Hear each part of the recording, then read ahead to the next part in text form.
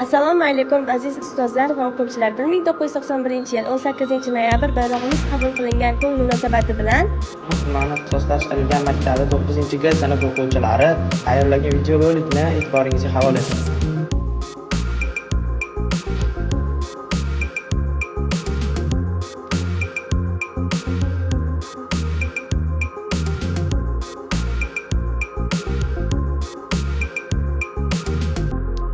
O'zbekiston Respublikasining davlat bayrog'ida 4 ta rang mavjud bo'lib, ulardan asosiy timsollarni bildiruvchi ranglar ko'p.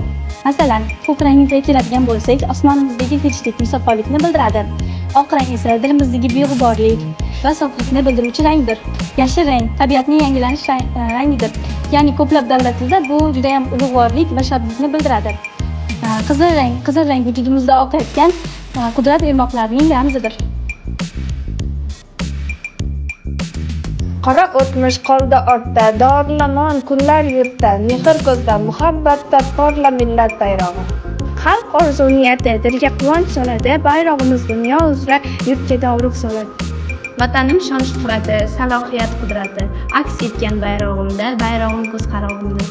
Mangulik hur yo'lidasan, o'ngidasan, so'lidasan, ozod xalqning qo'lidasan, porla millat bayrog'i.